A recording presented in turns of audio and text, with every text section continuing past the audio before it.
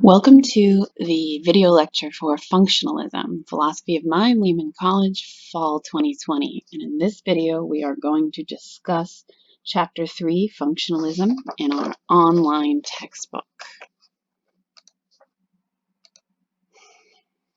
Okay, so far we've looked at two types of theories to explain the apparent differences between mind and body. We've looked at both substance dualism and materialism.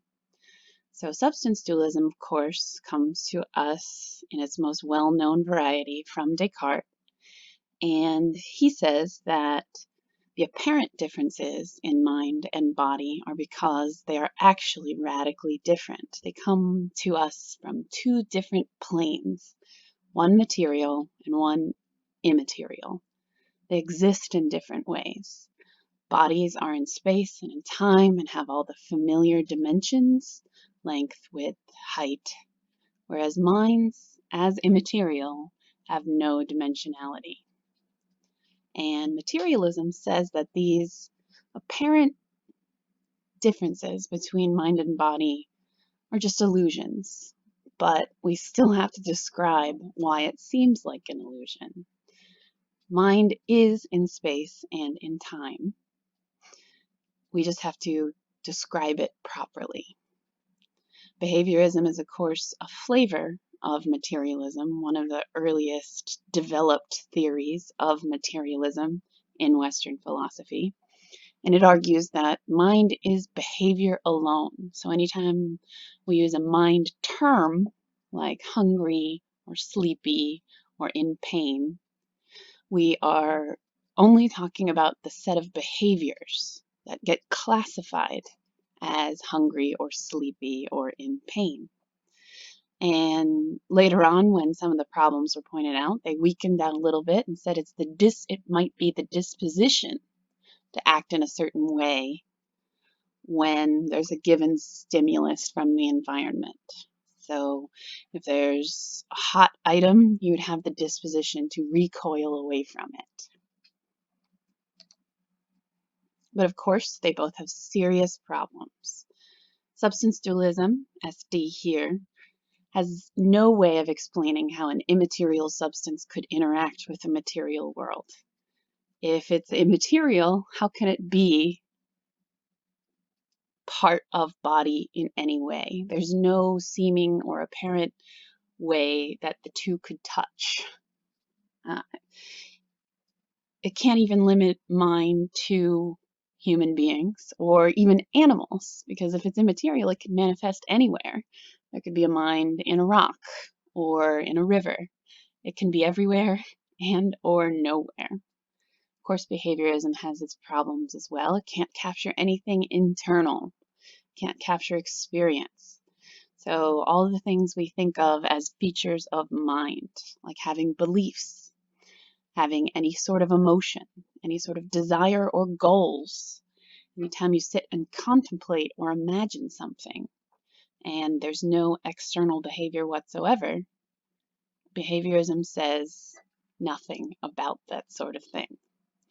So in our chapter, functionalism has been presented as a middle way. And the author of this chapter, Jason Newman, puts it in a colorful way with Odysseus coming home through a strait having monsters on either side. One monster, of course, is behaviorism, and as its corollary, type identity theory, and the other monster being substance dualism. So how can functionalism be this middle way? Throughout the chapter, we get a fictional agent, a human being named Freya, who has pain. She can describe the color and the style of her house, and eventually she'll have a nice breakfast on the porch of that house. So these three things, pain, the ability to describe the features of an objective thing, and having a personal internal experience, are all mental states. Mental states that we need a theory of mind and body to explain.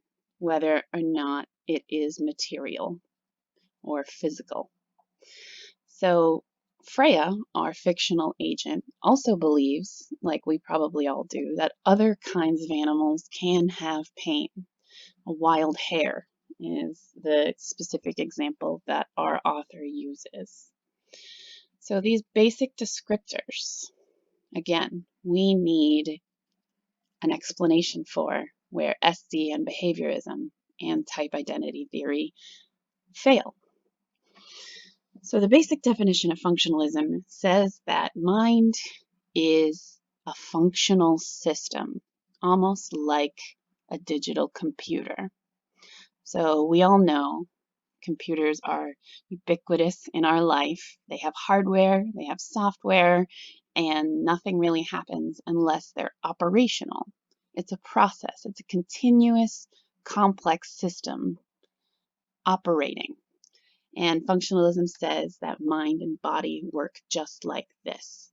The body is our hardware, and the mind is sort of roughly analogous to the software. It is never something that you can capture in any single moment in space and time, because mind comes in as the system is operating in time. So that's sort of the first iteration of functionalist theory, and it can be difficult to separate from a sort of computational analogy that will become problematic later on, but not quite for our first attempt at understanding functionalism. So here in the functionalist theory, pain is an undesired state for any creature to be in. It's one that the creature avoids. And then a thing like a belief. I'm sitting on the porch, I am having a nice breakfast, it's a nice day. It helps you to function as an organism. So of course, in a functional system, we need inputs and outputs. Again, quite like the analogy to a digital computer. When we look ahead to our next article written by Hilary Putnam, we're going to need to understand a little bit more about a Turing machine. So Alan Turing was a mathematician in the mid-1900s. He had actually played a pivotal role in World War II. He cracked the Enigma machine, which was the German system of cryptography, trying to hide their messages so we couldn't read them. You're probably familiar with his name. He's had movies made about him. And you may be familiar with the Turing Test. You often hear in pop culture that if a machine passes a Turing test, we are in the age of artificial intelligence. That a Turing test pass for a machine would be able to show us that machines could think. Well, what's that? It's a thought experiment. It isn't in our book, but I can give you a brief overview of it here on the bottom right image. So the theoretical Turing test is that there is an interrogator, and that's the middle person in our image here to the right. They're in a separate room or cubicle to two test subjects, and they can ask these test subjects any questions whatsoever. And it's the job of one of the test subjects to be 100% honest and the other test subject to be a deceiver. So they're both pretending to be human beings. And can the computer fool the human questioner into thinking that they are the human being? So they can ask questions like, are you a computer? And the human respondent would say, no, I'm a human. But so would the computer. No, I'm a human. So once the computer gets sophisticated enough to fool the human part of the time, or even all of the time, is there any merit to saying that they are or are not thinking? Because remember, that's all we have access to for other human beings. Whenever you talk to someone face to face, you can't enter into their personal experience of mind. You can only ask them questions. And Turing says that this computer would have to count as thinking, even though we have no idea or even if there's an internal experience at all.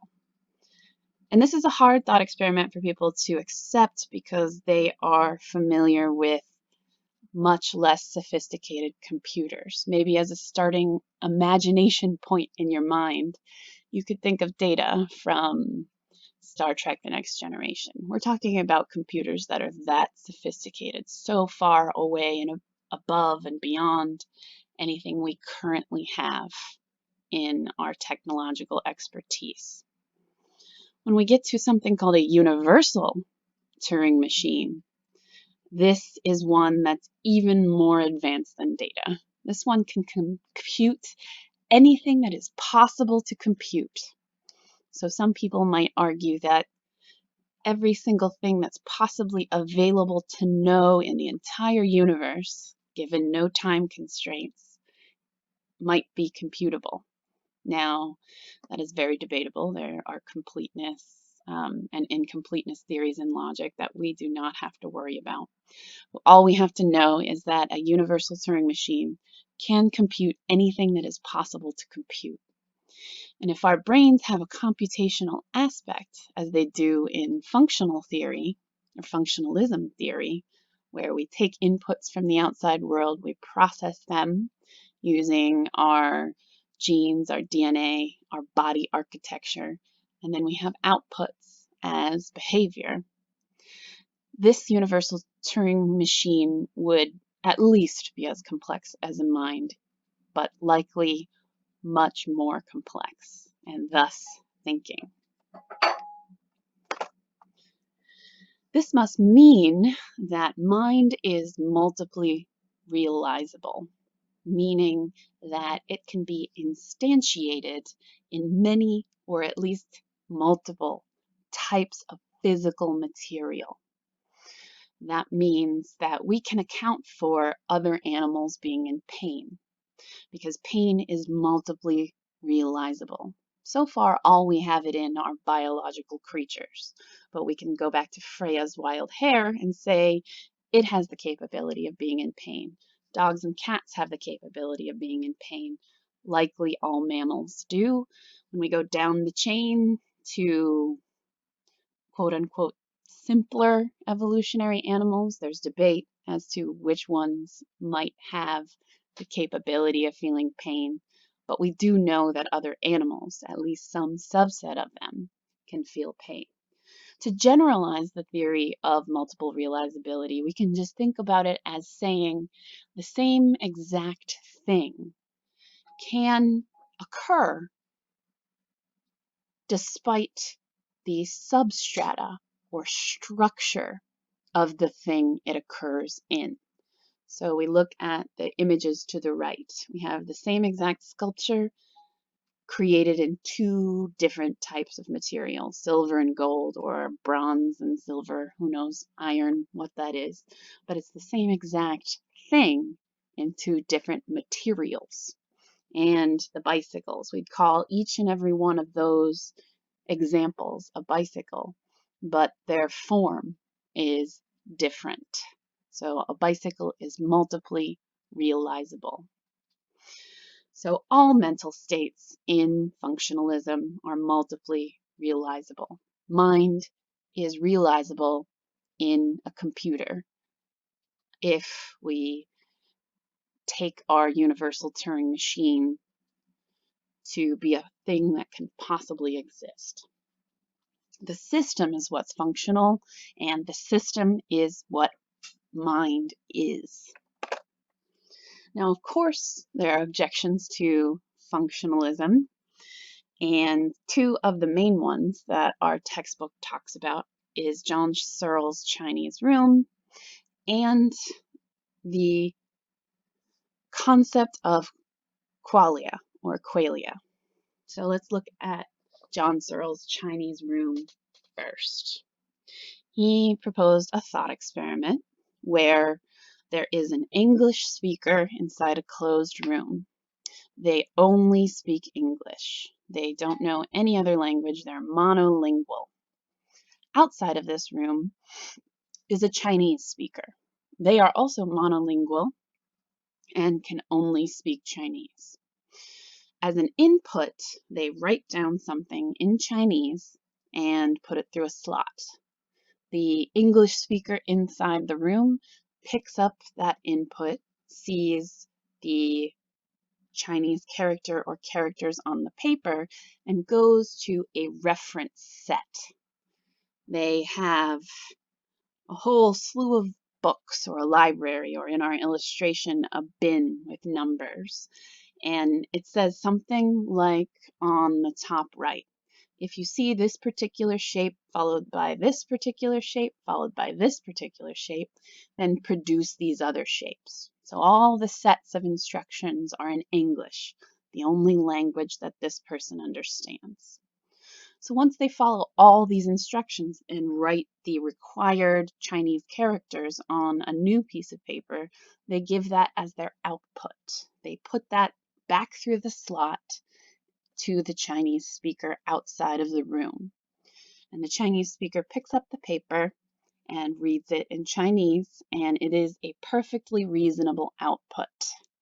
So maybe the Chinese speaker said, "What is the weather today?" And the English speaker followed all the instructions in English, put out the output, and it said, "Oh, it's rainy."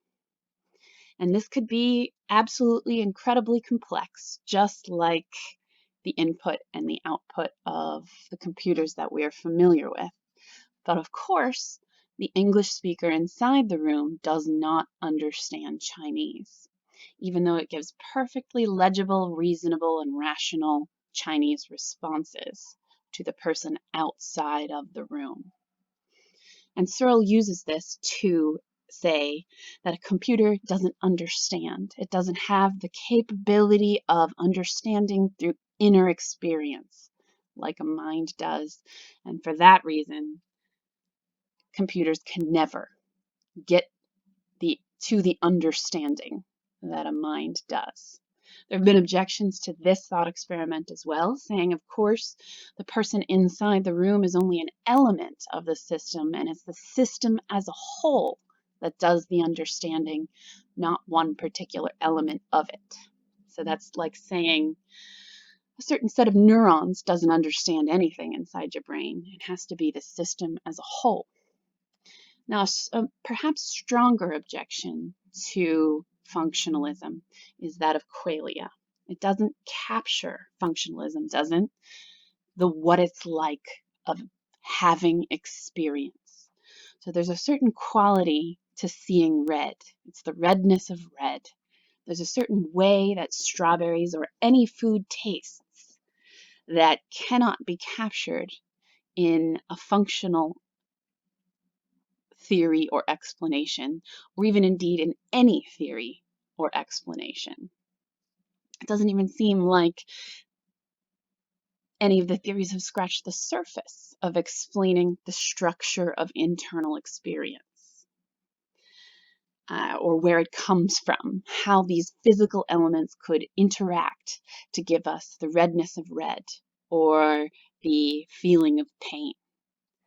So in our future articles, we will first look at an author that explains functionalism in a little more detail, and then we will look at an author who details one of these objections. So as always, please ask questions, email me, or leave comments, and I'll see you in the next video.